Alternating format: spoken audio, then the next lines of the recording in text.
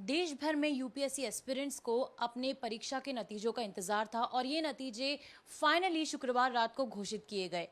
ममता यादव ने इस यूपीएससी परीक्षा ने 5वीं रैंक हासिल की। खास बात यह है कि ममता ने पिछले साल यानी साल 2020 में भी यूपीएससी परीक्षा को अटेम्प्ट किया था, जिसमें उनकी रैंक 556 थी।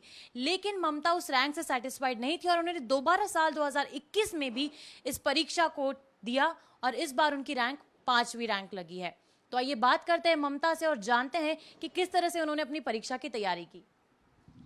ममता, हमें बताइए कि आपने पिछले साल भी परीक्षा दी, इस बार दोबारा परीक्षा दी, कैसे आपने तैयारी की इस परीक्षा की? मैंने ये तैयारी 2018 में शुरू करी थी। तो उस वक्त मैंने कोचिंग ली थी जीएस के लिए, बट उसके बाद से सेल्फ स्टडी ही कर रही थी। तो मैं कहूँगी कि सेल्फ स्टडी और जैसे कॉन्टिन्यूसली मॉक टेस्ट देना, that was the basic strategy. Other than that I would say कि जो जो मेंस में जैसे हर सब्जेक्ट जो रहता है उसके लिए अलग से एक स्ट्रैटेजी बनाएं, डेडिकेटेडली हर सब्जेक्ट को पढ़ें ताकि उसमें कुछ नया ऐड कर सके फॉर दोज, मतलब कुछ एक्स्ट्रा मार्क्स लेने के लिए।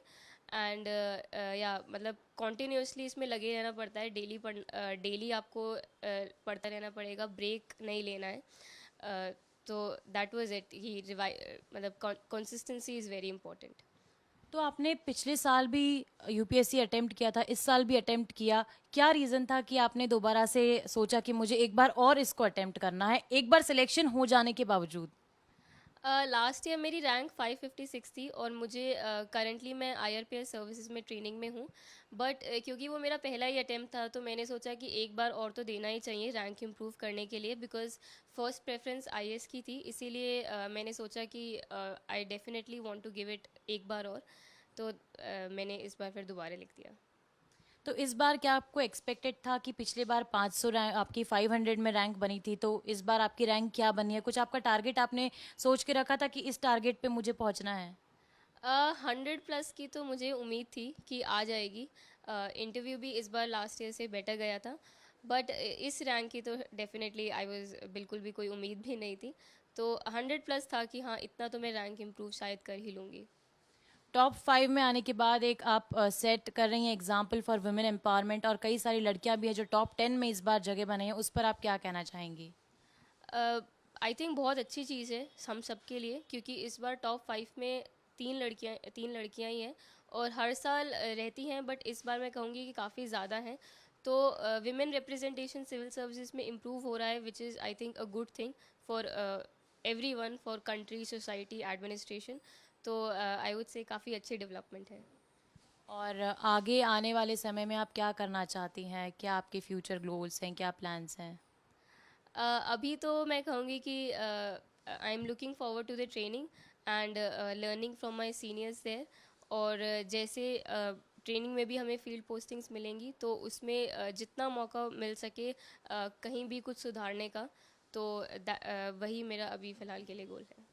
आईआरपीएस की ट्रेनिंग करते वक्त कैसे आपने बैलेंस किया? पढ़ाई भी करनी थी आपको, ट्रेनिंग भी लेनी थी, तो कैसे आपने दोनों को बैलेंस करते हुए तैयारी की?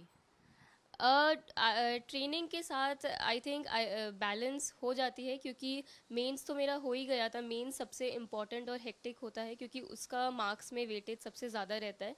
तो वो हो गया था, तो मैं कहूँगी उतना लोड तो नहीं था, बट इंटरव्यू था और मैंने फॉरेस्ट का एग्ज़ाम भी दिया था। तो बैलेंस हो जाता है, कहीं ना कहीं आपको थोड़ा कॉम्प्रोमाइज़ करना होता है कि बाहर मत जाओ, थोड़ा बहुत कम घूमो। तो उसमें कहीं ना कहीं जब भी टाइम मिलता था, थोड़ा बहुत भी ट्रेन में जर्नी कर रहे हैं तब, तो पढ़ लेते थे साथ साथ। तो ऐसा कुछ कभी किया आपने कि सोशल मीडिया से दूर रहे, मोबाइल से दूर रहे, या ऐसी कुछ चीज़ें छोड़ दी थी तैयारी के लिए? मेंस तक तो मैं सोशल मीडिया पे नहीं थी, बट मेंस के बाद मैंने ज्वाइन कर लिया था, बिकॉज एज आई सेड कि मेन सबसे हेक्टिक होता है और तब तक हो गया था वो। तो उसके बाद से ही मैंने स्टार्ट करा है, उससे पहले नहीं थी सोशल मीडिया पे। एक सक्सेस मंत्रा जो आप बताना चाहेंगी? आई वुड से एक तो बहुत ही इस एग्ज़ाम के लिए कंसिस्टेंटली पढ़ना है, और दूसरी चीज़ मैं कहूँगी कि इस एग्ज़ाम में आप अकेले होते हैं, आपको कोई बताने वाला नहीं होता है कि क्या सही है क्या गलत है।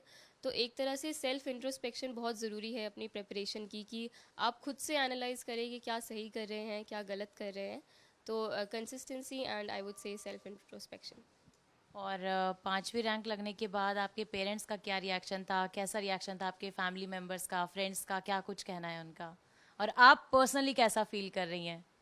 पर्सनली जैसा मैंने कहा कि इस रैंक की मुझे बिल्कुल एक्सपेक्टेशन नहीं थी, तो खुशी भी है एंड आई वुड से थोड़ा भी एक्सेप्ट करने में भी उसे थोड़ा टाइम लगेगा। और फैमिली में भी सब बहुत खुश थे, मम्मी पापा रिलेटिव्स, कल से ही सबका कॉल आ रहा है, so every one is very very happy.